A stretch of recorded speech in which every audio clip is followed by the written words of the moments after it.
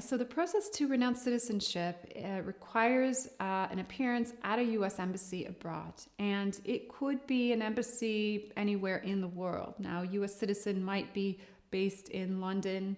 It would be logical to appear in London for a renunciation appointment, but if for one reason or another they can't get a quick enough appointment, they could potentially avail themselves of other embassies in other parts of the world.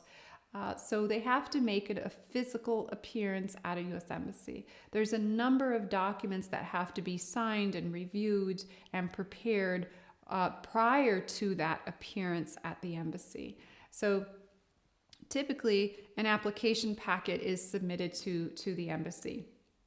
Prior to that, it's important to work closely with the lawyer to know that this is the right decision for you, and to understand what the fallout is of giving up citizenship. So then an application goes in to the embassy. The embassy, if there are questions or concerns, will come back to us as a representative to ask questions.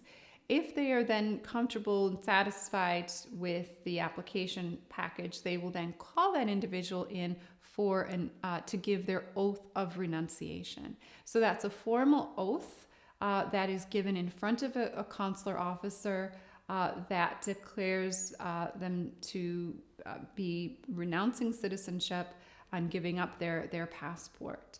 And they will then give up their passport then and there. They no longer will have their U.S. passport. They have to surrender their passport.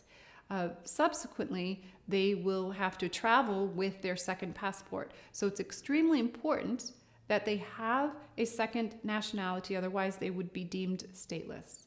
So they do need to make sure that their other passport is up to date and current, and that they do have that citizenship and nationality of that other country to rely upon.